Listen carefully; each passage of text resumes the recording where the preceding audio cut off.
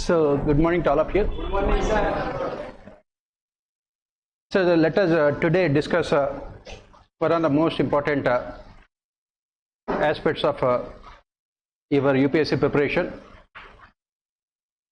We will be looking into how to prepare general studies for both the prelims and mains.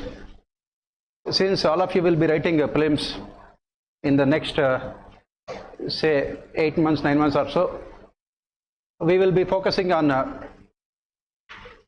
prelims first, then look at later the mains part of your preparation also. To tell you about what can be called the complexity of this examination, last year 11,53,000 have applied for prelims. 11,53,000, out of which 5,73,000 have appeared in the examination. 5,73,000, and around 13,000 got into mains. 2,500 were called for interview, and around 900 were taken into services. Around 900 were taken into services. So if you look at the success rate here, in the mains it is 2.28%. That means out of the number of people who have written the prelims, 2.28% have cleared the prelims out of 100. And when it comes to clearing the mains, 0.04%. It is about 0.04%. And finally, when it comes to final selection, it is 0.001%. It is 0.001%. You can understand the difficulty of this examination, right? As you can see here, this is the most important one. Out of 5,73,000, only around 13,000 have cleared pre. Only 13,000 have cleared pre. So the most difficult part is always the prelims examination. And then of course, from 13,000, 2,500 is not bad, right? And from here 900 is also not bad. But this is the most difficult one, is this one. Because unless you clear the prelims, there is no question of going forward also. And one more thing is that if you look at those who are clearing the prelims, maximum number of them are already in services or already have written mains also. That means those are already experienced. Second, you have reservations also. Almost 59.5 plus 3.5, 62% reservations. You have reservations for scheduled castes, scheduled tribes, OBCs, economically weaker sections, and physically handicapped also. If you belong to general category, around only 38% are there for general category. Please remember, even in a reserved category also, the competition is very, very tough. Even in reserved category also, there is no such thing as any kind of solace when it comes to reserved category also, because competition is very, very tough. Only thing is that in case of reserved category, the cutoff is less, little bit less. So it does not really matter whether you belong to general category or reserved category, because it is indeed a very difficult examination. So this is what we have to keep in mind. Proceeding further, if you look at the prelims examination, UPSC also has recognized the fact that it becomes almost impossible to select this 2.28%. It becomes almost impossible to select this 2.28%. So what did the UPSC do? They are using different criteria to select the people or to remove. As we study in public administration also, it is said that the prelims examination is an examination of elimination. Prelims is only elimination. It is not about selection. It is only an examination of elimination. UPSC says that the objective of prelims examination is only to eliminate non-serious candidates. In fact, when in Parliament the question was asked about this prelims examination, the minister has replied is that what the minister's reply was a little bit, you can say, unparliamentary. The objective UPSC has said is to, remove the rascals out of the examination process. If you don't clear prelims, you know what is the name that UPSC wants to give. Right? They don't have to be civilized. They can always say that their objective is to remove non-serious candidates. So the most difficult, as I keep on saying here, is the prelims. So what UPSC is doing in the last few years, in the last 3 years, what they are doing is that they are using this CSAT, the paper 2, to remove a maximum number of candidates. Because please remember, in CSAT, there are no reservations. Please remember, this is very, very important. There are no reservations in CSAT. That means whether you belong to general category or OBC or SC or ST or OB or physically handicapped, you must clear CSAT. And it is the same for everyone. 1/3. 80 questions are given. So you have to get at least 27 questions right in net in CSAT. So that is the reason why the first and foremost thing that you have to think about your prelims preparation is CSAT only. Because once you clear CSAT, then only you will come to know about your GS things. It does not really matter. There are this year also some of our students were getting 130 marks in a GS paper 1. But the problem is that they could not clear CSAT. Getting 130 marks when the cutoff is only 85 marks, you can imagine how hard they were working. But again, what is the point? Because you are not able to clear the CSAT. So make sure that you are doing well with CSAT. You have to identify these 27 questions where you are going to get it. Don't prepare for all 80 questions, which is not possible. This examination requires what we call in statistics optimization. There are two things here. One is optimization, second one is maximization. In statistics, we call it as optimization. What is this optimization? It means the minimum resources and maximum output. So what you have to identify here is that in CSAT, please identify at least 45 questions where you have to get them right. Don't look for all 80 questions. In 2 hours, you can definitely do 45 questions. Because in 1 hour, 22, 23 questions will be not at all difficult in 1 hour. So 45 questions will not be and should not be a problem at all. Don't try to do all 80 questions. Automatically, you will be getting most of them wrong. So don't, that is where I said optimization. 45, maximum go up to 50. And identify.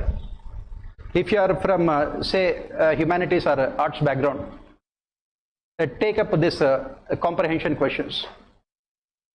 Try to practice comprehension. And how to practice comprehension? Not by taking up the paragraphs and reading them and trying to answer them. Just read any article, any newspaper, read as fast as you can. For example, Hindu editorial is there. The editorial page is there. You have 2 editorials on the left side and 2 editorials also in the middle.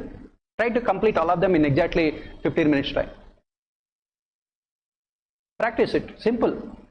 And try to read it only once. You should not be going back to the editorial again. Try to read it only once and try to write down the important points. What you have read only once, after reading only once. Practice this. Automatically in the comprehension, in English comprehension, you will definitely get 80% of the questions right. And don't try to practice comprehension questions. Practice reading the newspaper. And because in the editorials, you have different kind of editorials will be there. For example, you have one editorial about inflation. Other editorial about environmental summits. Third editorial can be about reservations. Fourth editorial can be about this internal security problems. And that is what comprehension they will be asking. So that is the reason why practice them. On a day when you can do those comprehension in the entire editorial in 15 minutes time.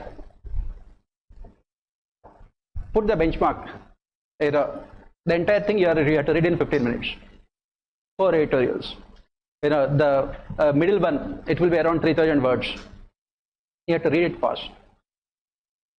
And try to write down the important points also after reading it. Go back to the editorial whether you have covered all the points or not. Because in the comprehension in the UPS examination, you are not reading the comprehension passages not more than say once. And when you are reading, when you are reading those editorials, try to underline the important points in the editorial itself, so that in the UPS examination also, when you are doing this comprehension, you are underlining. Automatically, when you read the questions will always be from that which you have underlined also. In this manner, I am sure if you practice like this and go back to UPSC questions, I am sure you will be getting at least 80% questions right. That's what I said, optimization. Once you get comprehension questions right, then you can look for other things, whether it is in a data interpretation or a logical reasoning or this simple mathematical ability. And I said, you have to identify 50 questions. Say you are practicing, say from today itself only, CSAT. We are around 15th of September, and you have till May 15th. How many months? CSAT question as usual. How many months?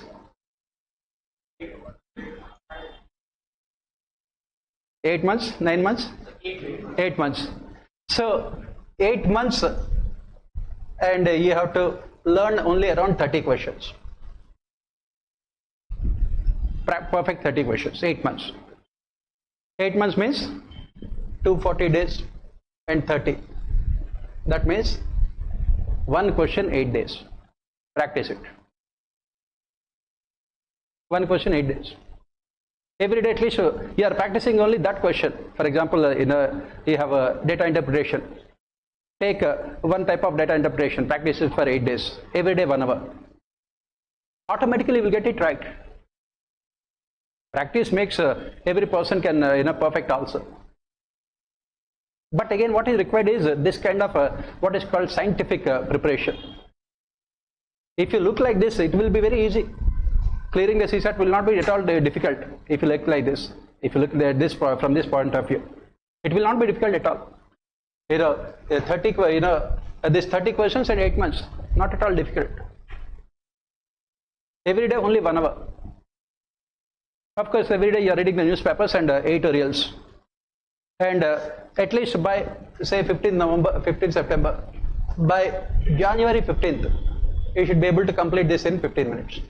Put 3 months time, and every day note down the time also. Every day note down the time. First day it will be take around 1 hour for you, no problem. Don't worry about it. And in 1 month reduce it to say 45 minutes. Next month reduce it to 35 minutes. And next month reduce it to 25 minutes. But make sure that you are improving. Then it becomes very easy. This kind of, for CSAT, what you do is that even it is called CSAT, remove S and do CAT questions. That means this management, IIM's management questions, competitive examinations.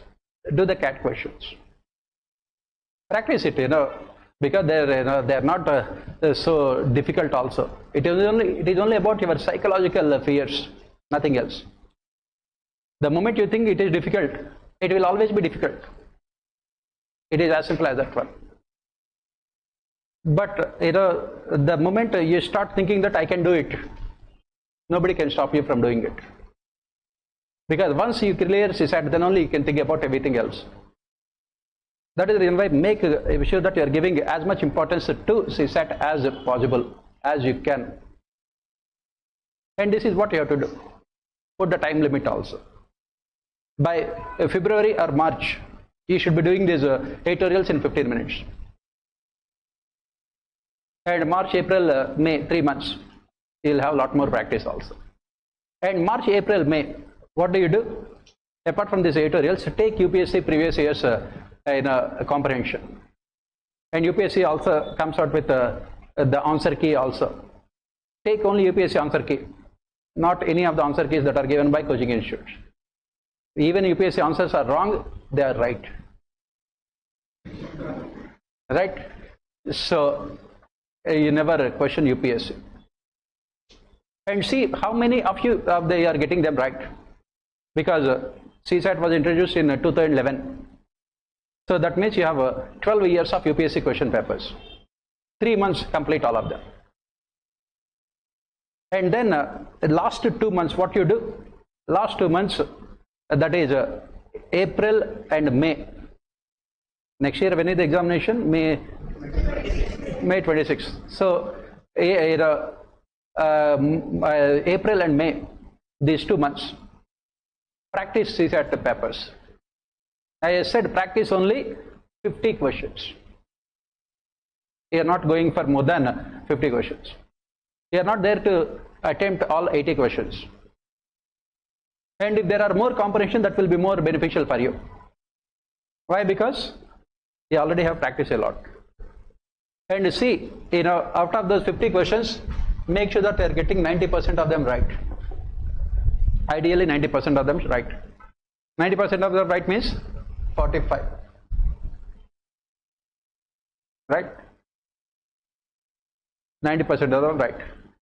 For 5 questions, if you remove the negative marking, still you will be getting around 41, 42 questions right. Cutoff is only 27. Your target should be 90% right. Even if you get 70% right also, you will be clearing the examination. Even if you get. And that is what you have to remember. Even if you get 70% right, you will definitely be clearing examination. And make sure that you are doing this CSAT. Last 2 months, practice at least 10 to 12 tests. And practice only UPSC tests, nothing else. UPSC only. 12 years of UPSC is there, 2011 onwards. Practice UPSC. Initially, from 2011 to 2017, the question papers were very easy. In those days, they used to combine the marks of CSAT as well as the paper 1. In those days, our students out of 200, they used to score 190, 195 out of 200 marks. And in GS paper 1, they will score 20, 30. They have to give the paper, that's why they will give the paper, because CSAT will be more than sufficient for them to clear the examination also. That is the reason why UPSC later made this CSAT only qualifying in nature, because mostly those who are from the science background, mathematics background were clearing CSAT. So this is what you have to do for CSAT. Then let us come to the GS paper 1. How to clear this GS paper 1. And if you look at GS paper 1, especially after UPSC made CSAT only qualifying in nature. In 2015, UPSC made only CSAT qualifying in nature. That means the selection would depend only on your performance in GS paper 1. Then what should you do for this GS paper 1? And again, you have to go by the UPSC trend. In 2017, GS paper 1 cutoff was the highest in all the years from 2011 onwards, excluding I am talking about this CSAT. In 2017, it was around 117 marks, the cutoff. Why that year? Because it was mostly about facts, current events.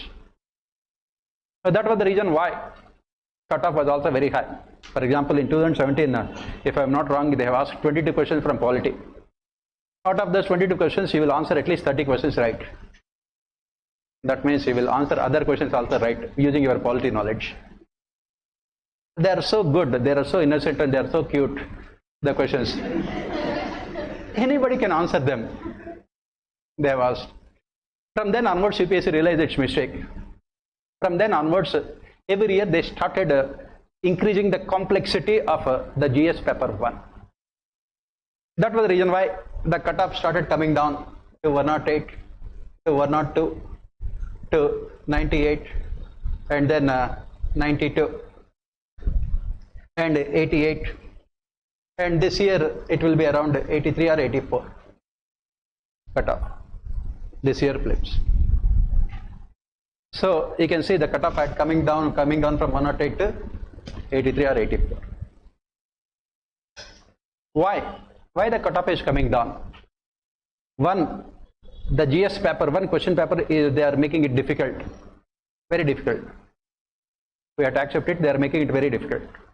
Second, those who were clearing GS paper 1 have failed in CSAT. Those who were clearing GS paper 1. So that is the reason why I said I started with CSAT, not with GS paper 1. Every day, at least spending 1 hour on CSAT, then only you are talking about GS paper 1 as part of your preparation. 1 hour on CSAT and 1 hour on this newspaper reading, especially this editorials. One day you can take Hindu, other day you can take Indian Express. That is the reason why I'm giving the editorials of all newspapers also in our Telegram group. Not every day you have to read one newspaper.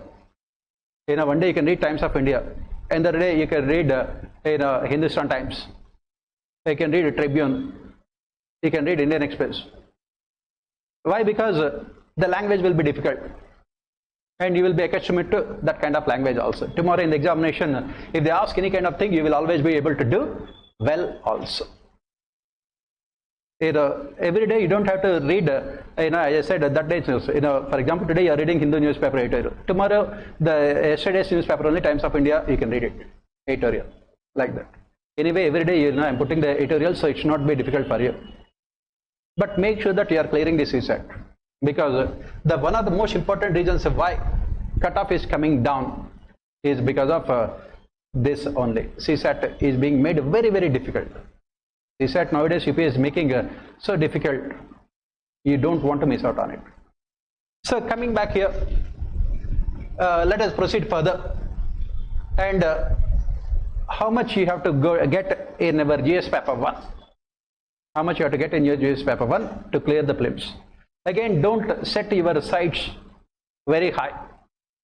There is saying in English language, if you aim for a sky, you can reach a treetop. Right? You have to reverse it. If you aim for a sky, it will be a skyfall. So these are all the sayings which are very good to send as WhatsApp forwards every day in the morning, not to practice in real life. You have to be very pragmatic and realistic. Your target should be maximum 50 questions. I said maximum 50 questions right. Your target to be maximum 50 questions right. To get these 50 questions right, you can attempt again maximum 80 questions.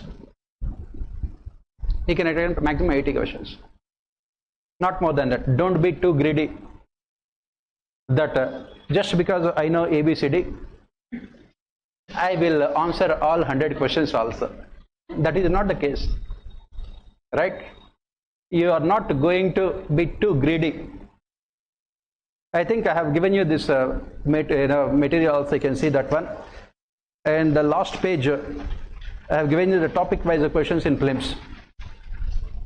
Right? From 2011 onwards, topic wise questions in the prelims. You can see them. If you look at it, these are topic wise questions. On an average, if you take history, on an average, they are asking around 15 questions. On an average, they are asking 15 questions. Sometimes it can be more. Sometimes, for example, in 2021, they asked only 10 questions. In 2018, they asked 22 questions. So that's the reason why we are taking average. Geography, if you look at it, they are asking around, on an average, around 12 or 13 questions. 12 questions, geography. Polity, if you look at it, they are asking around again 15 questions. Polity. Polity includes polity and governance. For example, this year from polity they have asked around 11 questions and 4 questions from governance. Polity and governance. Next, if you look at it, economy,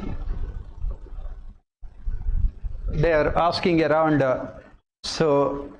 same around 14 questions, 14 to 13 questions, 13 14 questions, economy,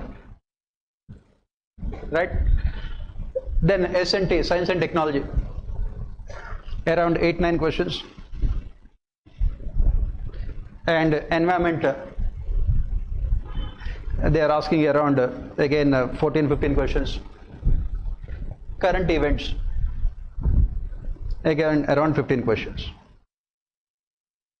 Around 15 questions. This is what they are asking, right? Yeah, it comes to almost around 100 questions. So as I said, you have to get 50 questions right, and at best you are attempting maximum 80 questions. So how many questions can you get wrong? You have to get net 50 questions right. So how many questions that you have to get right, wrong, so that your net score will be 50 if you are attempting 80 questions.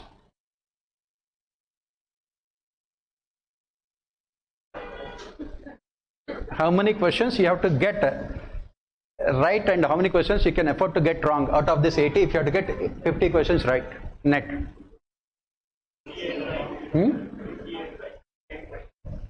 58 right? 68?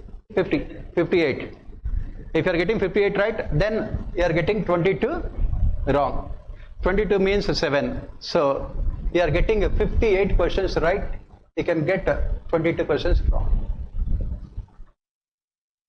Right, because 1/3 will be directed. So 22 by 3 equal to 7. So 58 minus 7, 51. So around 50 questions you are getting right. This is again CSAT only, right? So you are looking for 58 questions right, and you can afford to get 22 questions wrong. So what are the questions where you are expected to get them right? What are the areas? And what percentage of the questions that you have to get them right also? So some of you will be from all of you are coming from different academic backgrounds. Some of you are from humanities or arts, some of you are from sciences, some of you are from a mathematical background or management. So you have to identify those areas where you are attempting a maximum number of questions, and also more importantly, you are getting maximum number of questions right also. That is where your preparation is. For example, if you look at all these things, there are certain portions in our syllabus which are considered not difficult. For example, science and technology will be very difficult. Even for our students from science background, out of this 10 questions they are asking from science and technology, mostly non-science students background will get more questions right than science background, because non-science background students will put A, B, C, D only. Right? So they will put A, B, C, D only, they will get more it right. So that is the reason why you have to be, I said, be careful here. For example, these are the areas where you have to focus on. Polity, economy, then little bit of history. I'm not saying complete history. Little bit of history, and little bit of geography and current affairs. Current affairs. I'll tell you what are the sources and everything also, how to go about all these things. These are the areas. For example, this year in prelims they have asked around 11-12 questions only from IR, international relations. And 2 years back they have asked 11 questions only from government schemes, governance schemes. So when you can see the question paper, you can definitely find out that there are certain things which UPSC keeps on repeating. 2 years back they have asked around 12 questions from governance schemes, government schemes. Last year it was only around 3-4 questions. And 3-4 years back from IR only 3-4 questions. This year they have asked 11 questions. So what you are doing is that you are preparing for the maximum in these topics. That means you are expecting that they can ask 11-12 questions from governance. They can ask 11-12 questions from IR. Even if they are asking 3-4 questions, it's not a problem for you because you are getting all of them right also. And if they ask more questions from the topics that you have studied, it is icing on the cake. Instead of getting 50 questions right, you will get 70 questions right. And if you are a good human being, you can transfer 20 marks, 20 questions to your friends also, so that they can also clear prelims. I don't know whether UPSC has this facility or not, wherein excess marks can be transferred to their friends also. That also you can do, right? So that is what we have to do. And what is the percentage of questions that you have to get right here? So that we can get to that 50 question mark. In polity, you have to get at least 75% of questions right. That should be a target, simple. And in economy, at least 70% of the questions right, because they are asking very, I keep on saying, very simple and cute questions in economy, innocent questions. What are the areas also they are asking, I will tell you, so that you can prepare in a more scientific manner also. And similarly, in history, I am not too greedy. If you get 50 questions right, that should be fine. In current affairs, this if you get 65-70 questions right, no problem. Right? Then geography, maybe 35%, 40. Here combined together, around 25%. Around 25%. Because the kind of question they are asking in science and technology and environment. Right? Even PhD students also will say thank you very much. Let us do at least 4 or 5 PhDs. One question is one PhD thesis. Please remember, they have taken PhD thesis and they have asked it as a question also in environment. I'm not joking. They have taken PhD thesis because some of us students were doing in PhD in science and technology. That's what they were telling me in the environment. PhD thesis was asked. Obviously, the objective is to eliminate. So that's the reason why I'm only saying 25% only. Right? If you take all these things, you will definitely be getting at least 55-60 questions right from this easily. As I said, where we are talking about above 75%, there you have to give more importance. You are not studying all of them. There is no Article 14 here. There is nothing like equality before law. None of them can be called equals. Some of them are more equal than others. Right? So that is the reason why you are giving importance on the basis of their potential and your potential in getting them right. So as I said, let us start with these things, each and every topic. What are the sources and how to get the marks that you want? Right? Let me start with the most difficult thing, say geography and environment. How to get those things right? Geography and environment. Then let us, after that, we'll come to other things. Geography and environment. Let us see what can be done when we talk about these things. Right? What should be done? What are the things that we can do? If you look at it, you can see that the questions are asked from physical geography, Indian geography, world geography. In Indian, I am including economic and human geography. Right? Economic and human geography. Is it possible for you to read the whole thing? Especially world geography. If they are asking about pampas in Argentina, what do you know? If they are asking about the longest river in Africa? How do you know? Even sometimes Google also will say 404 error. So that is the reason why you have to identify again. I keep on saying this examination is all about optimization. So what can you do? You have to focus on better Indian geography, because it is there in your mains also. Indian geography. So how to do that one? When I say Indian geography, I am including a little bit of, I don't differentiate between geography and environment as such. Both of them are correlated. So what you have to do here? Why UPSC is including these things? Because for the simple reason that tomorrow when you are becoming a collector, you must have basic knowledge about your own country also. For example, if you don't know the type of lands that are there in Tamil Nadu, in Madhya Pradesh and Chhattisgarh, both of them are neighboring states, but the quality of the land is different. The types of land are different. That is what you are expected to know. So what you are expected to know here is that you should know everything about your country, the geographical aspects and environmental aspects. How to do that? Very simple. How many states we have?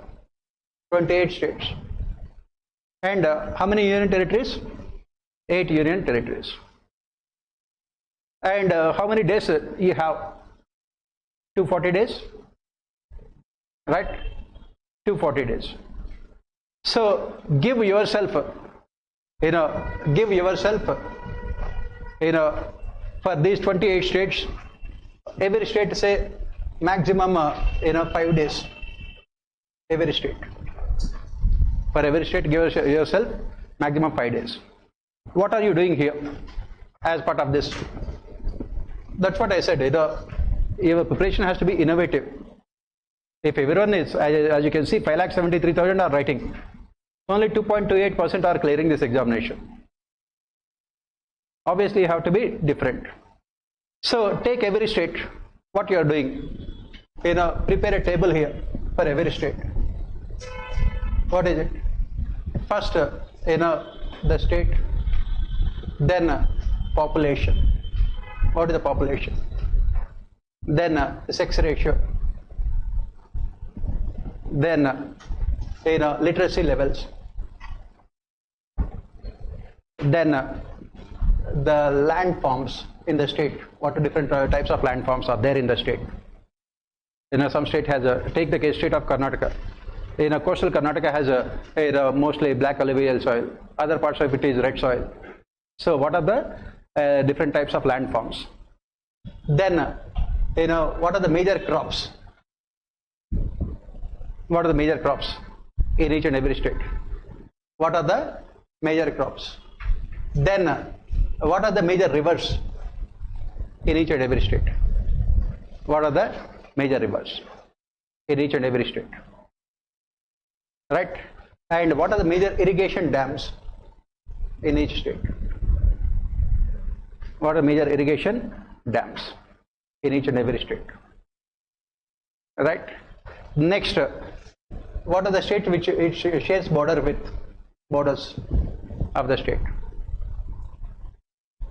Right?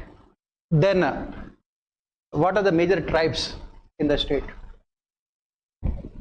Major tribes in the state. Next, flora and fauna. Animal species and plants, everything in the state. Right? Next, what are the major dance forms? This comes under culture also. What are the major dance forms? Then what are the major music forms of the state? Music. Every state has a different. For example, if you look at South India, Tamil Nadu has in case of dance forms, Bharatanatyam. Kerala. What is Kerala's major dance form? Kuchipudi is Andhra Pradesh. That is the reason why you have to prepare these things. Right? That is the reason why you have to prepare this. Right? Major music, dance forms. And then go a little bit. Who are the major dynasties that ruled that particular state? History. Who are the major dynasties that ruled that particular state? And then, architecture, sculptures and everything. This is regarding a culture only. For example, in some states have different types of painting. Right? Find out all those things. Prepare like this for each and every state. And then what are the major industries in that particular state? Major industries. Major industries. Then biological parks in that particular state. Major biological parks. Next, you have biosphere reserves in that particular state. Major biosphere reserves also in that particular state. And any other national parks. Any other national parks. Right? And then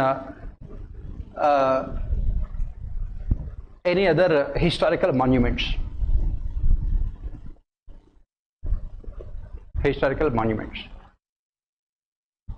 Right? If you prepare like this and go to UPSC previous examinations, I am sure you will be answering at least 70% of the questions easily in geography and environment. You can see for yourself if you prepare like this. Go to previous UPSC examination.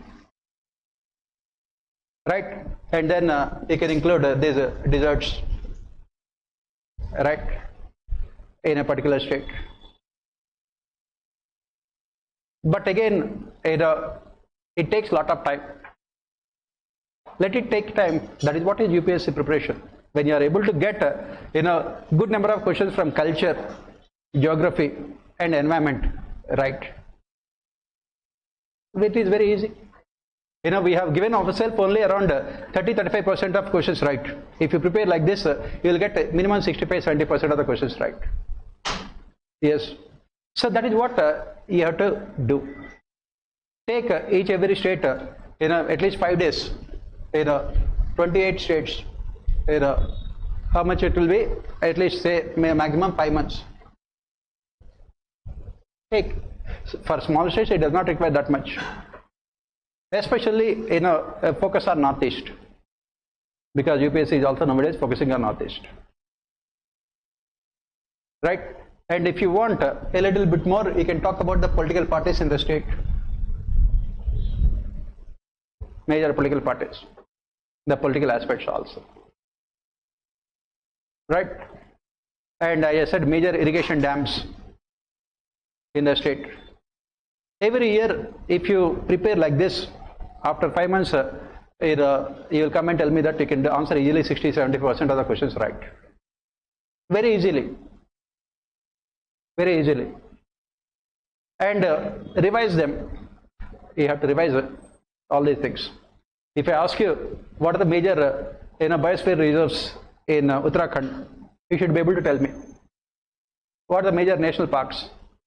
And what are the different types of forests that you find in Tamil Nadu? You should be able to tell me. And what are the different types of animals which are unique to the state of Kerala? You should be able to tell me.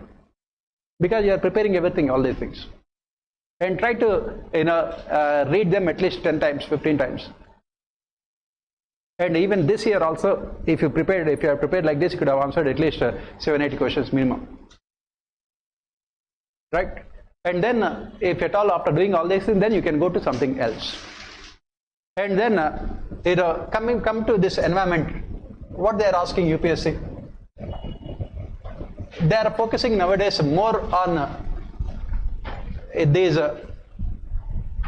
what we call technical aspects. They are focusing on these environmental laws, global as well as domestic.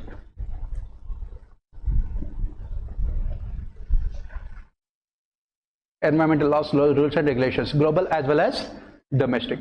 They are focusing on more on these things, right? So how to prepare these things? Simple. Go to Ministry of Environment and Forest. Please remember, UPSC will not ask anything beyond government documents. Go to Ministry of Environment and Forest. Look at all the most recent legislations.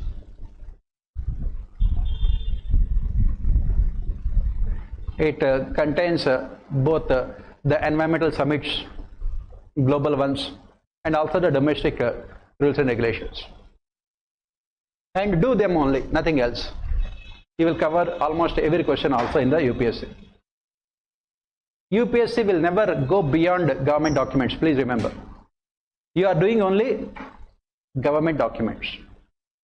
Similarly, we have this India yearbook is there. In India yearbook, there is a topic on environment. You can go through that. India yearbook. And similarly, in India yearbook, towards the end of India yearbook, I don't know how many of you have seen it. Yes? Towards the end, what do you have? Yes, it gives information about all the states. All the states. What are the information that I asked you to collect just now? You will find entire information in India yearbook. And then, as I said, you can add one more thing. What are the major languages that are spoken in that state? What are the major languages that are spoken in that state? Right? What are the major languages that are spoken in that state also? So, for this environment and forest, if you are preparing the table which I have mentioned about the forests, different types of forests, different types of landforms, different types of rivers, irrigation projects and everything, that will cover major part of environment. And then the theoretical aspects, you are going through the Ministry of Environment and Forest. Look at the recent legislations. For example, recently the Government of India had come out with changes to the Forest Conservation Act. Amendments were made. Go through all those amendments. And make sure that you are not leaving a single alphabet also there. This is what you have to do. Once our target here is only 35-40%, 25-30% only. That's what we have said. Geography and environment. If you do like this, it will go up to easily 70% also for you.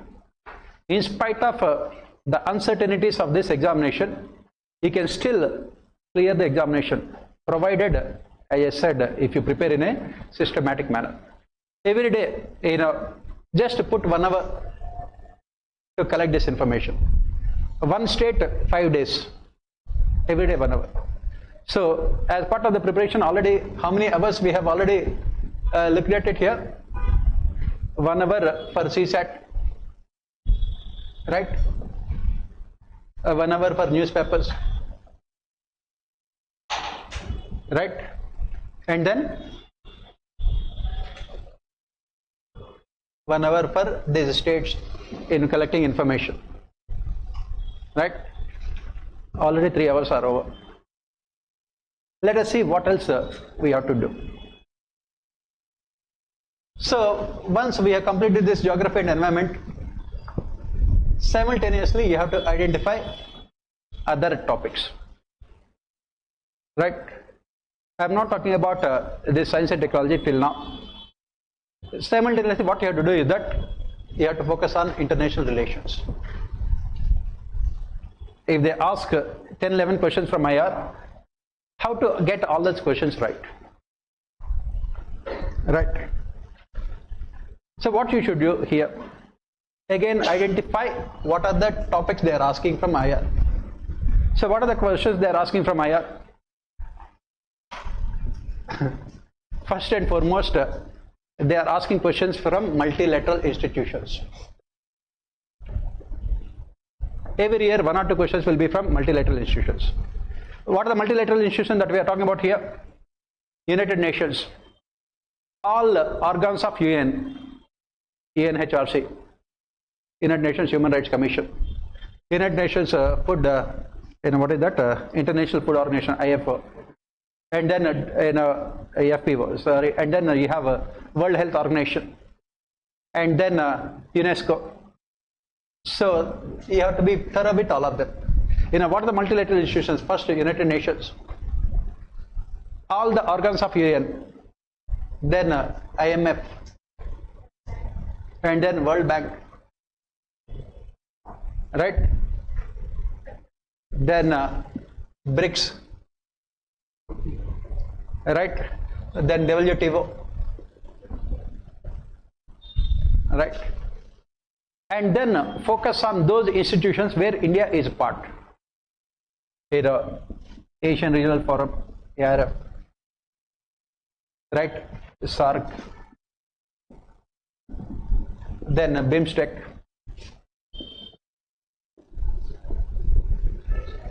pardon? What are the other institutions where India is part of it? Yes, Shanghai Cooperation Organization, SCO. I have mentioned. Quad, and then I2U2, right? Then come to the other much bigger ones, G20,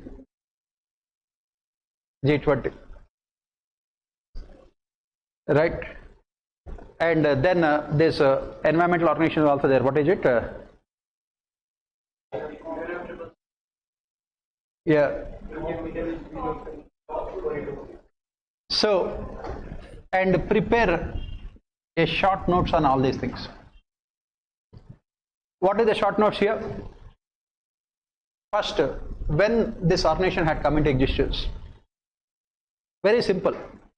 When did this organization had come into existence? Why? What is the purpose of that organization? Why? Who are the founding members of that organization? What is the status of India? What is the status of India? What about the present membership? What about the present membership of this organization?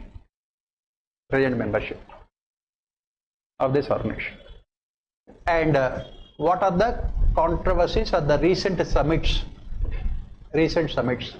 of this organization, where these recent summits were held, and what did they discuss in those summits? So how many? 1, 2, 3, 4, 5, 6, 7, right?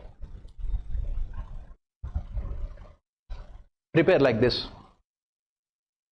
And what you can do is that you can put it in a tabular format, so that it becomes easier for you to remember all of them. And if you do like this, in IR, you'll definitely be getting at least 4 questions right. Simple. Minimum 4 questions right. 4 or even 5 questions also right. And you can include here European Union, EU, right? And then you can include this human rights, but it's part of UN only, United Nations Human Rights Organization, or Amnesty International, Commonwealth, if you include. That's what we say. In Commonwealth, there is neither nothing common nor is there any wealth. That's why it is called Commonwealth, right? So you can again prepare a tabular format, and write only in a maximum 2-3 points: objectives, founding members, recent summits, what did they discuss? Simple. If you are doing like this, you are covering the mains part also. If you look at in the mains international relations IR, they are asking 4 questions. In part A, they are asking 2 questions, and part B 2 questions. 10 marks each, 20 marks, and 15 marks each, 30 marks, 50 marks. if you are preparing like this, 2 questions are already covered, because in the mains examination 2 questions in IR are only from institutions. So for mains you are not preparing anything separately for IR. That is what I keep on saying, optimization. So if you do like this, right, you will be covering at least 4 or 5 questions. And what about the rest of the IR questions? The rest of the IR questions are mostly about the events that are taking place all around the world. So if you are reading even one newspaper, that is Indian Express, regularly, Raja Mohan, he writes beautifully in Indian Express. He covers everything. Just go to Indian Express website, and there you have the different columnists are there. Look for Raja Mohan and look at all his articles for the last 1 year. He will be covering all IR, entire IR. Everything is on a platter here for you people. Everything is on a platter. You don't have to work hard. And he writes so beautifully. And it will cover your entire mains also. That's what I keep on saying, optimization. Right? So this whole exercise, how much time will it take? How many days you need to do this whole exercise? You know, let us be more realistic. When you say 1 week, you know, so yes, take 2 months. No problem. 10 questions, 1/10 of the prelims questions. Take 2 months. Take 2 months and prepare. And you are not only reading, but most importantly, you are remembering also. That's more important, right? So that is the reason why take 2 months. You have to revise also. Revision is very important. For example, if I ask you about United Nations Security Council, when did it come into existence? Who are the permanent members? Who are the non-permanent members? How the non-permanent members are elected? What is the tenure of non-permanent members? What are the powers of Security Council permanent members vis-a-vis that of non-permanent members? How many times India had become part of UN Security Council since 1947? All this, that is what they will give you in the prelims. You prepare for UN Security Council and you say that you have done everything, but when you look at the question, you realize that you have not done anything. Your security is not there. Right? That is the reason why it takes 2 months. You know, if I ask you the question, since 1947, how many times we have seen this UN Security Council? India had become part of it. What were the years? What were the years? Do you know? That is what is UPSC preparation. UPSC will give you which among the following are true about UN Security Council. They will give you 4. 2 you can easily understand. The problem comes with the 3rd. 4th you don't know at all. You know, the 4th one they say that India has been a member of UN Security Council in the following years. In 1947, 1967, 1988, like that. You don't know. That is the reason why it takes 2 months for everything. Right? Because that is what UPSC is expecting from you. Take 2 months. And every year, every day, you know, how much time do you want to give? Every day. You know, if you give 1 hour, then you need at least 200 hours per day. You know, take half an hour, 30 minutes. I said, you know, United Nations only, there are so many allied organizations are there. Every day only do 1 organization. Or if it is a WTO, give at least 4 or 5 days. That means every day half an hour, 3 hours. Like that.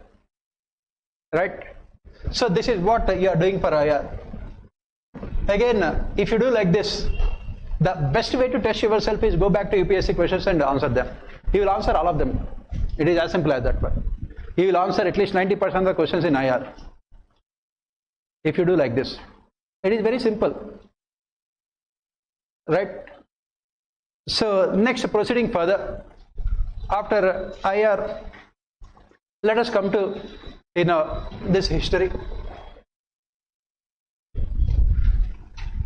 As you can see here, nowadays UPSC is asking from history and culture combined together. Yes, history and culture, they are asking on an average around 14 questions. 14 questions.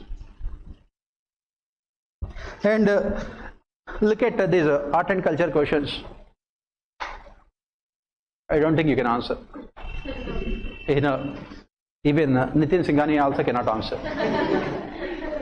The book all of you will be reading like Bible, right? That is the reason why, how can we teach culture to you people now at this age, late age, right? So let us not worry too much about it. Always this examination is about plugging those low hanging fruits, not going for the sky, right? So let us look at what you can do here. There are so many things which are there in your main examination also. Identify the common areas between prelims and mains. For example, modern history, it is there in both prelims and mains, right?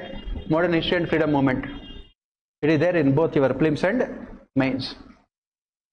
Then you also have in prelims and mains a little bit of ancient and culture also. Nowadays they are asking questions from ancient also in your prelims. And medieval, I don't think it is there in your mains examination. Medieval is not there. So out of these 14 questions, how many questions you are targeting? Ideally you are targeting around 7 or maximum 8 questions. That is it. 7 or 8 questions. For this culture part, what you are doing is, you are only, I repeat, you are only reading NCERTs. Whatever that is there in the NCERTs as part of culture, nothing. Nothing else. And no other book. You are not here to become a cultured human being. Right? No. You are only reading NCERTs.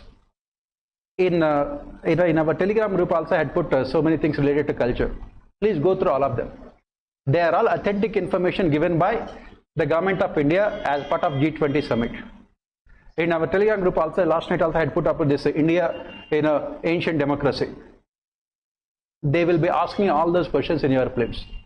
Take that 40 30 slides in our Telegram group. If at least 3-4 questions are not coming from those slides, you ask me in the next year prelims. That's what I say. It is all about identifying the right sources. What is the point of reading hundreds of books? You are not here. You are not here to do PhD in history. Anyway, who studies history? Those who don't have any future. Right? On the other hand, if you study history, you will become part of. Right? So you are not unnecessarily, of course, I am not talking about history optional people. Anyway, they are already part of history.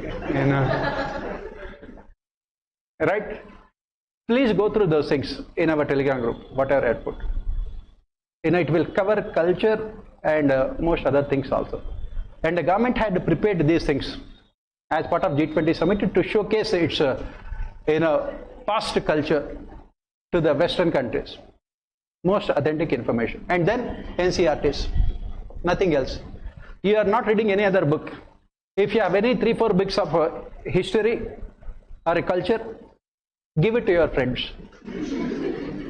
Let them read all of them. So that, very simple. Kautilya says any kind of means are justified. Illegal, unethical, immoral means are justified.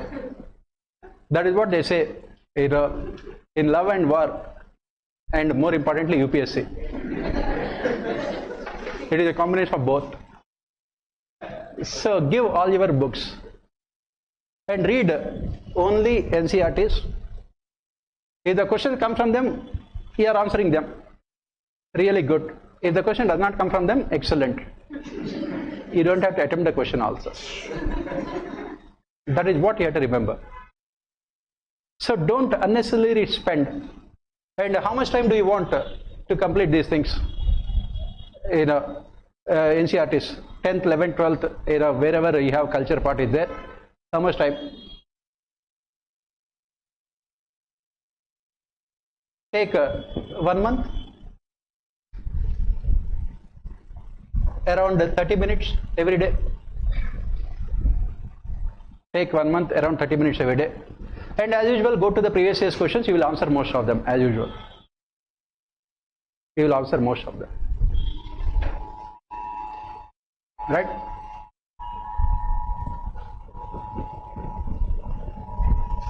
Where is this sound coming from?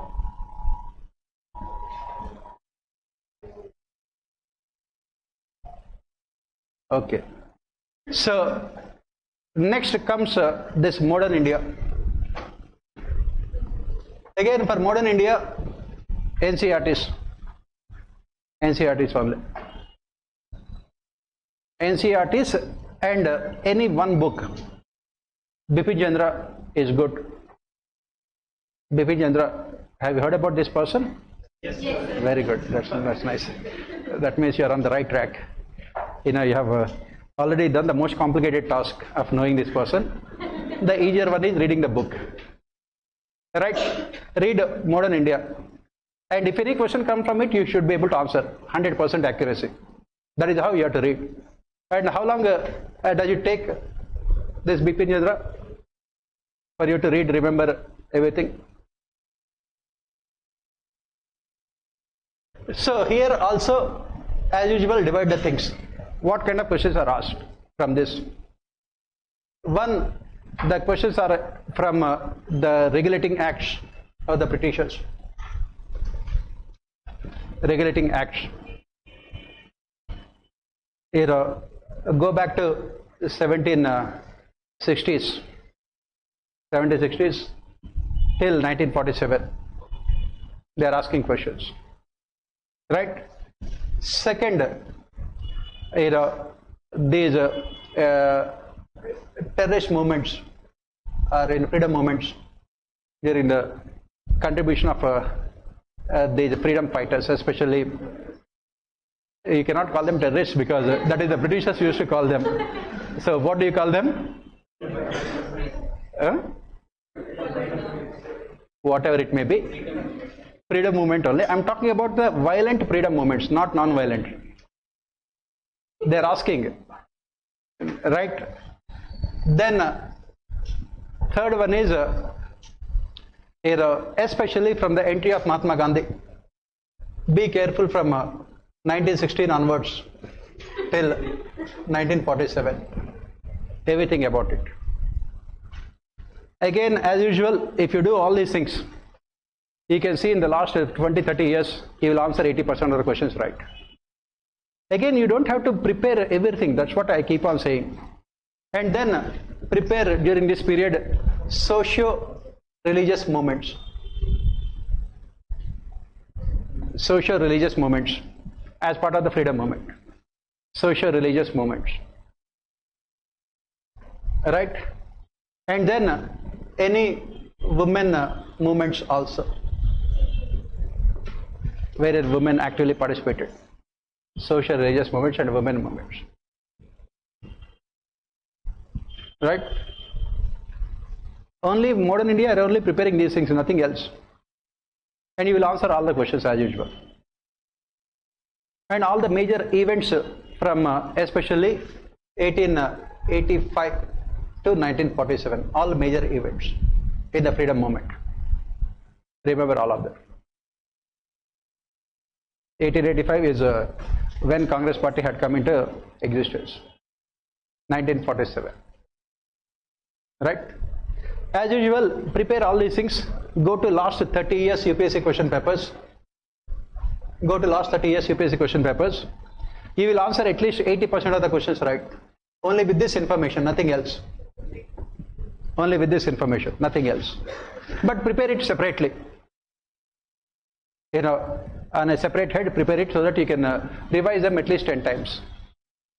Not 10 billion times before you go to the examination hall. Important also. Right? This is what you can do for modern history. So out of the 7-8 questions they are asking, we are expecting, out of 14, we are not looking for all of them. Only 7-8 questions. And medieval India, if you read NCERTs, it is fine. If you cannot read, excellent. Can you remember everything? For example, last year or before last year, there was a question about Kautilya's Arthashastra. Even Kautilya also called me. He said that, please answer this question. I'm getting a little bit doubtful. Your UPSC has asked. I don't remember. So you are not expecting. Please remember, you are not maximizing. So don't worry about those things. Whatever you cannot do, you should not do also. Very important. Right? So come to the next topic. Let us come to this economy. What you have to do for this economy? What can you do for economy? So what are the questions they are asking from economy? They are asking questions from microeconomics. And they are asking questions from microeconomics. They are asking questions from macroeconomics. Macro. They are asking questions from public finance. They are asking questions from monetary economics.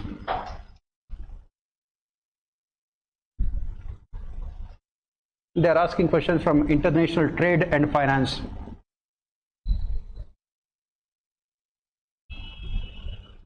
And of course, current Indian economy.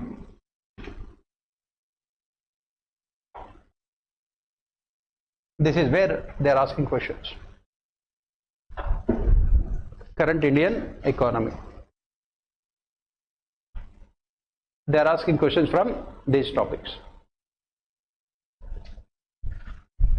Nowadays, every year, they are asking at least 1 or 2 questions from microeconomics. The question can be about elasticity of demand or supply. The question can be about inferior goods or given goods. The question can be about law of demand or diminishing marginal utilities. So you need a little bit of knowledge of microeconomics. Not little bit, better knowledge of microeconomics. Right? They can ask questions about equilibrium in the markets from individual perspective. They can ask questions about, from microeconomics point of view, about the labor markets, supply and demand. And they can ask questions about, from microeconomics only. From mostly there's diagrams also they are asking. So whatever that you can read from NCERTs, please again, they are not going beyond NCERTs. NCERTs, there is a book on microeconomics, I think. Yes, just read only few topics. What are the topics that I have mentioned? Microeconomics. And then from macroeconomics, they are mostly asking questions related to macroeconomic parameters like investment, growth, capital output ratio, ICOR, incremental capital output ratio. They have asked all these questions. Right? They are asking questions about credit multiplier, money multiplier. They are asking questions about John Maynard Keynes, Keynesian economics. And so they are asking questions about investment and GDP relationship. So you need a little bit of knowledge of macroeconomics. Little bit, I'm not saying it too much in depth, little bit of knowledge. Basically all the definitions. For example, last year, that is 2023 also, they have asked question about the GDP. Definition of GDPs. So you need all the definitions: GDP, GNP, NNP, NDP, national income, then calculation of this national income, different approaches to calculate national income. You should know all these things, because the questions are definitely asked every year. Why do you want to lose marks? Right? Then they're asking questions from public finance. The questions about revenues and expenditure of the government, public finance. The question can be theoretical. The question can be current also. They can ask you about the tax GDP ratio. Which among the following are true about tax GDP ratio in India? Right? So you have to be prepared for these things, both the theoretical aspects as well as the current related aspects. Similarly, monetary economics. Every year at least they are asking at least 2-3 questions from monetary economics. This year the question was about sterilization, and last year it was about SLR and CRR. And they have asked questions about liquidity trap. What is this liquidity trap?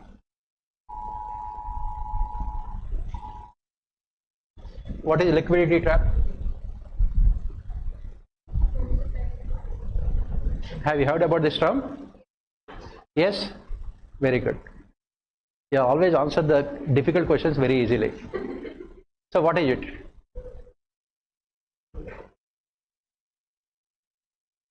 Find out all these things. Right? Similarly, international trade and finance. They can ask you questions about terms of trade. They can ask questions about Adam Smith or David Ricardo. These are all theoretical aspects. Right? You need a little bit knowledge about them. I'm sure these things are there in NCERTs. You please make sure that you're reading all of them, because you don't want to lose marks. Nowadays, they are asking good number of questions from financial systems. Nowadays, UPSC has changed. They are asking questions from stock markets. For example, this year they have asked question about beta. Right? Market instruments, stock markets. They can ask questions about banks. They can ask questions about insurance companies. Capital market. They can ask questions about primary and secondary markets. So focus a little bit more on this financial system. Again, it should not take much of time.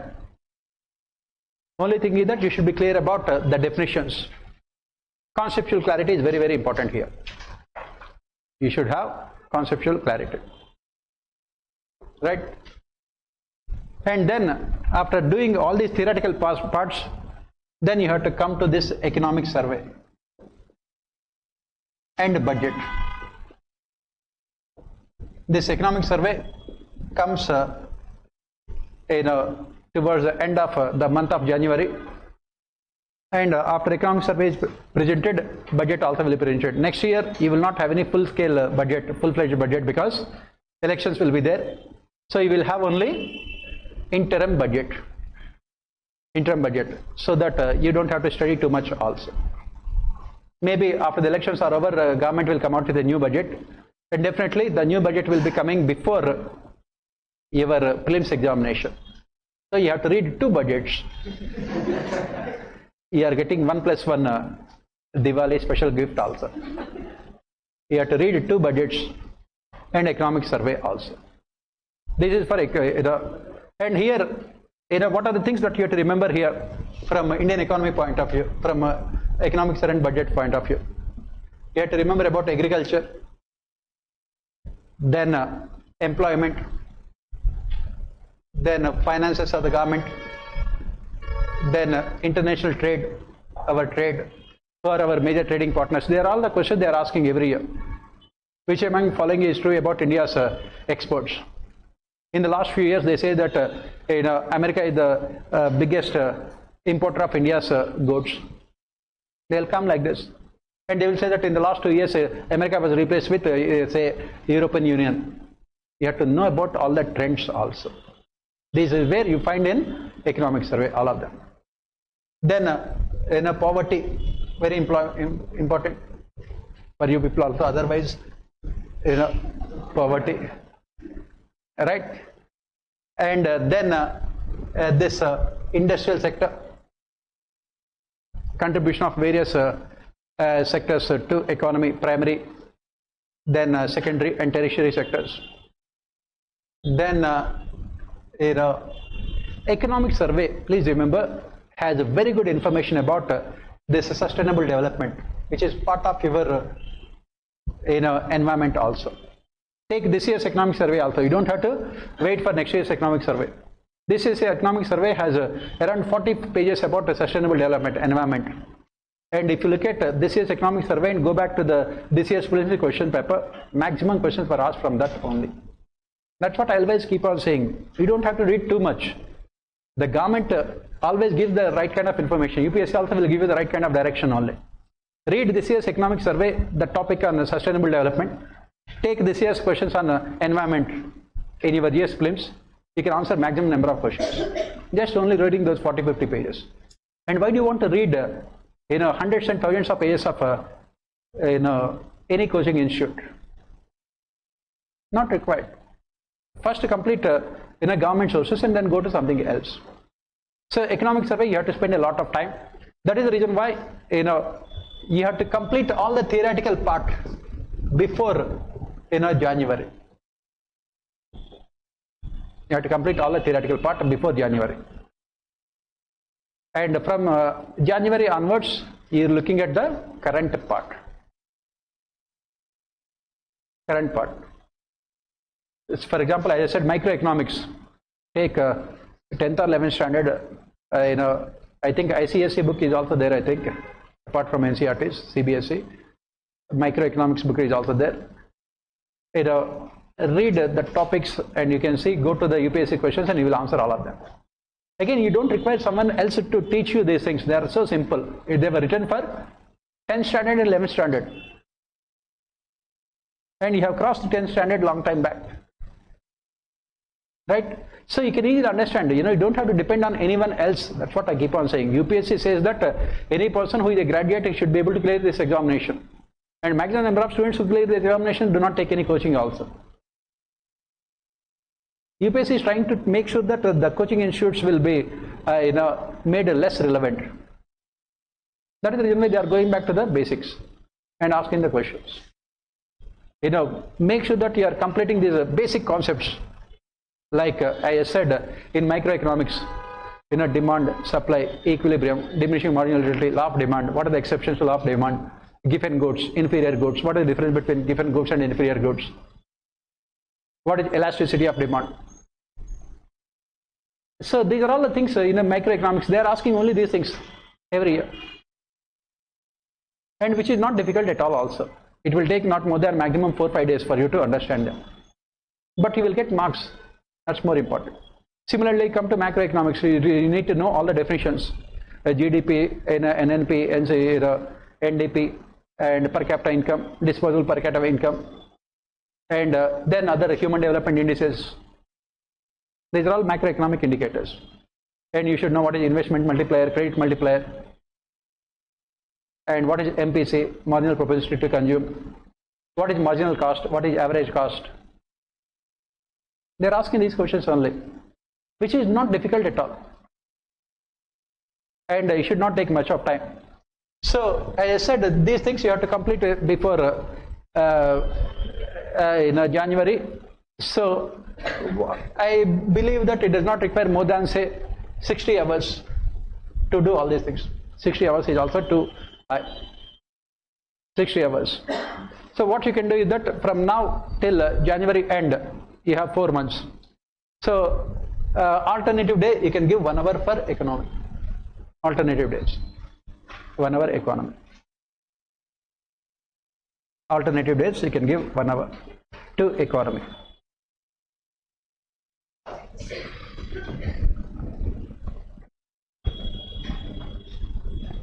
Right? Then comes the last topic, polity and governance. Polity and governance.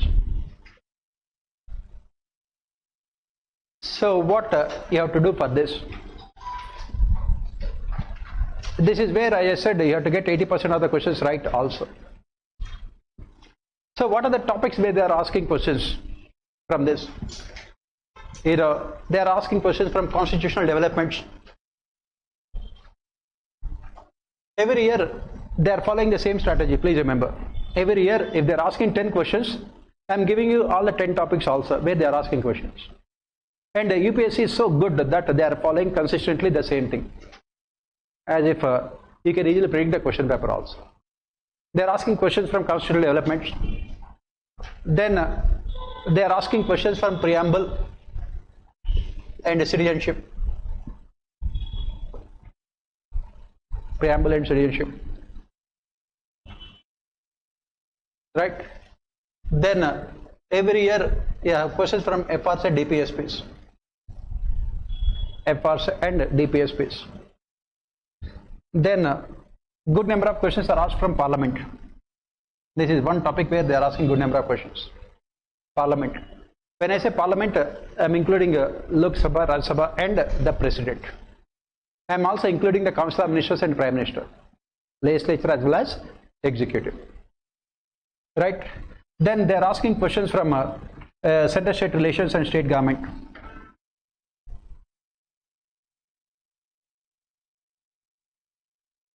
Center-state relations and state government. And once in a while, they are asking questions from these local self-governments. Once in a while, they are asking questions from local self-governments. And of course, every year they are asking at least 2 questions from judiciary. At least 2 questions from judiciary. And every year they are asking questions from constitutional bodies and statutory bodies and other organizations. Statutory bodies and other organizations. Other organizations means non-statutory bodies which are set up by executive order. Right? Every year they are asking questions. It can be National Commission for Women, National Commission for Scheduled Castes or Scheduled Tribes, National Commission for Backward Castes, or Language Commission. You name it. Every year they are asking questions. And this is what they are asking. Combined together you will have 10 questions. Every year they are asking same thing. So what you have to do? How long will it take you to complete all of them? How long? Take 2 months. Again when you say 1 month, that is where I get serious doubts also. Right? What is 1 month for you? If you look at it, on our earth 1 day equal to 24 hours. On moon 1 day equal to how many? How many our man days here? On moon 1 day is equal to 28 days. 14 days sun and 14 days darkness. So when you say 1 month, I am taking like that only. So, and what you have to do is that whenever you complete this topic, go to last 30 years of UPSC questions. Answer all of them. Go to 30 years of last year's UPSC questions. And in those 30 years of UPSC questions, you have to get 80% of the questions right. 80% of the questions right. You have to get the 80% of the questions right. That shows that when you go to the UPSC examination also, you will be getting 80% of the questions right. Every topic, take fundamental rights or DPSPs. Take last 30 years, 1992 onwards, and get maximum 80% of the questions right. That is how you have to make sure that you are getting this 80% questions right. When you go to UPSC examination, you will get 80% of the questions right. This is about polity. What about governance? What are the questions they are asking from governance? What are the questions they are asking from governance? they are asking questions about politician bureaucratic relationship, theoretical aspects.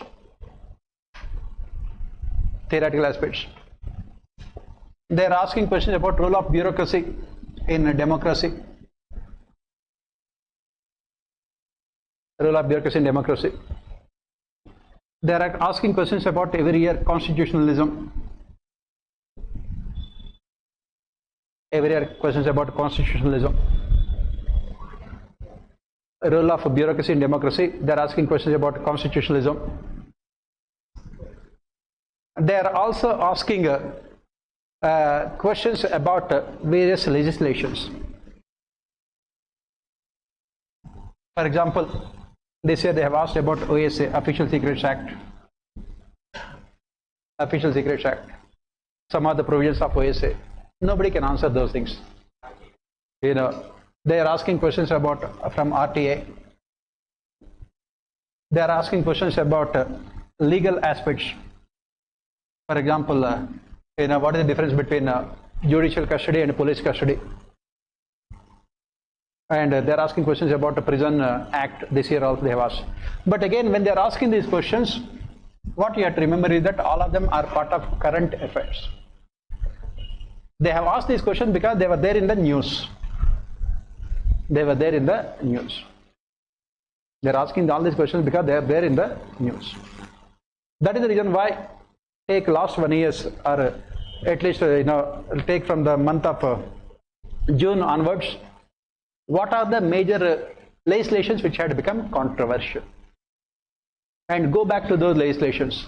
Try to read about those legislations.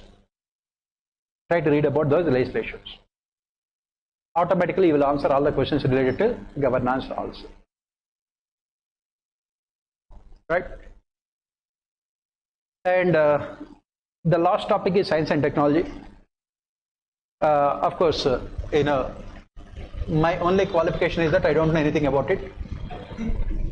Right? Of course, you also don't know anything about it. All of us are sailing in the same boat. A blind man showing a path to the rest of the blind people only. Right?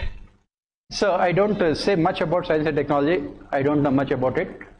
But what I can say is that they are asking mostly those technological developments, scientific and technological developments, which are in day-to-day use.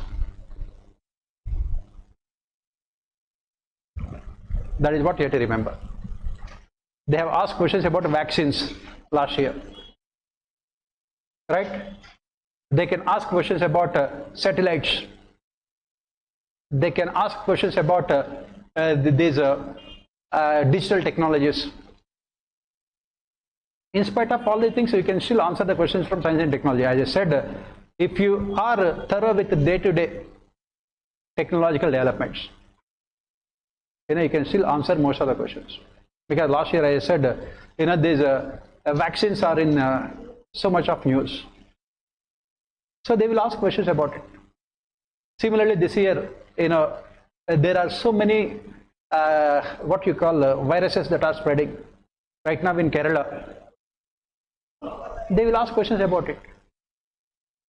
That is what I am saying.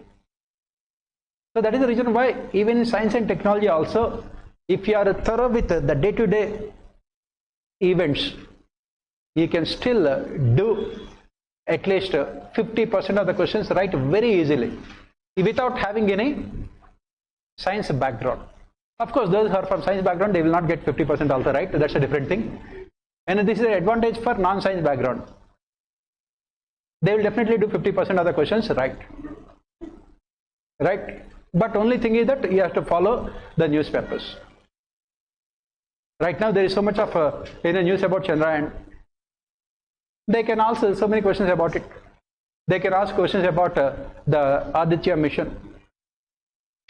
Right? So all these things which are there in the news only they are asking. So make sure that you are thorough with all of them. And if you prepare like this, how many hours I have given here per day? You have seen how many hours per day? Huh? 6.5 hours every day, 7 hours from today onwards, you will be clearing prelims.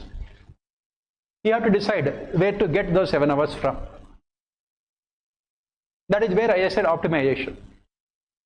You don't have to attend each and every class in the coaching. For example, when you know that you're not going to answer any questions from the ancient India, why do you want to attend classes also? That is where I said you don't get emotional about the coaching. And I can give it to you in writing also that whatever we teach will never be asked in the examination. At least in prelims. At least in prelims. UPSC is not so naive or innocent to ask everything. That is the reason why identify the areas. And you have to make sure that every day this 7 hours you are doing. This is only for prelims. I did not say anything about mains also, because I don't want to unnecessarily make sure that people will get heart attacks. So that is the reason why today I have restricted myself only to prelims. Of course, when you are doing all these things in prelims, automatically you will be covering a lot of the things of mains also. When you are doing polity and governance, you are covering polity and governance and IR of mains also. That means paper 2 is over. Economy and geography and social issues in a paper 1 and history in paper 1, they will be over. In the mains, you have to prepare separately only for ethics, one paper. And of course, nobody can teach you ethics. How can I make a bad person a good person? So you have to act that you are a good person in ethics paper. Maybe in one more day we can take up the mains preparation also. Maybe next week we will take up mains preparation. Right? So any doubts you can ask. Yeah. See, very simple. I got, yeah, just a minute. It's a very good question. How to handle the pressure? This is not only about UPSC examination, in general also, in life.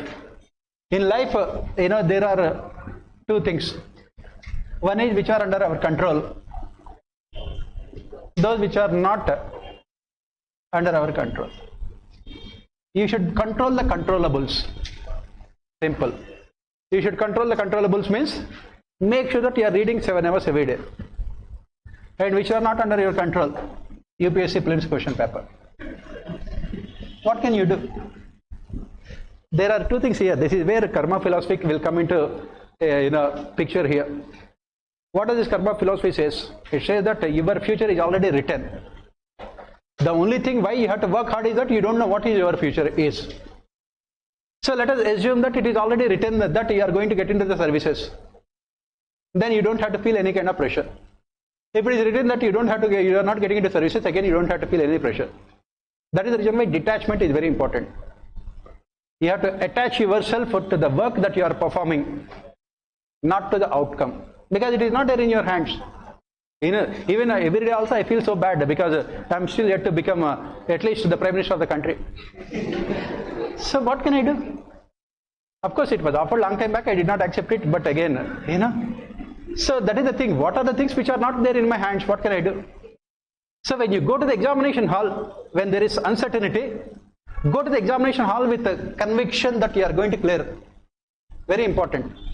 There is a psychological feeling that come what may, I am going to clear the prelims examination. Automatically this conviction will give you at least 10 questions. Very simple here. If I give you the same question paper, outside the examination hall, you will easily score 55, 60 questions right. In the examination hall, you will get only 30 questions right. Why? Because pressure. When people who have already attended interviews also get into the research, when they came out and they showed me the answers, I said, how stupid you can make such kind of silly mistakes. That is the pressure.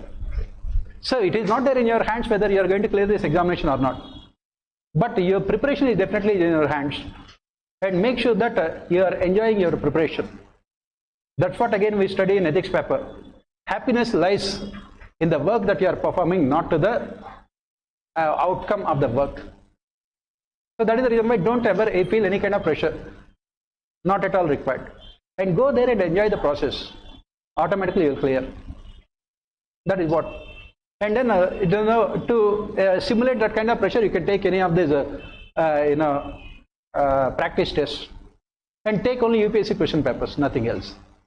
If you want to practice, take last 10 years UPSC question papers are there, practice them. The rest of the things, will not. I will not suggest anything. Right? I will not suggest anything else. Practice test, UPSC only. Mock test, that's what I am saying. I will not suggest any mock test. It will only be a mockery of tests. Because in mock tests, I will give you whatever I think is important, which will never be important from UPSC point of view. And if you take those mock tests, if you get good marks, it gives you false confidence. I will clear the UPSC. When you go to UPSC question paper, not even a single alphabet will be matching. I am talking about alphabets. Not the questions. Questions are, far away. No, I will not suggest. Only UPSC questions. What about optional? Yes, of course, as I said, when I take up the mains preparation, there I will talk about optional also. Maybe next week itself we will have one class on mains. There I will talk about mains and optional also. It is not possible for you to read entire reports, and towards the end of the reports, the synopsis will be there. If you want, you can read it. In environment, I would suggest that you read entire report. Ministry of Environment, Forest, annual report, you can read entire report because the questions are coming from those reports only directly. Pardon? That is the reason why I take last 3 years reports, 2-3 years reports and read them. Last 2-3 years. Right now, what is happening is that students also have become intelligent and they are reading the reports of this year. So UPSC is asking the reports of previous years. So it is better if you read the last 2-3 years also.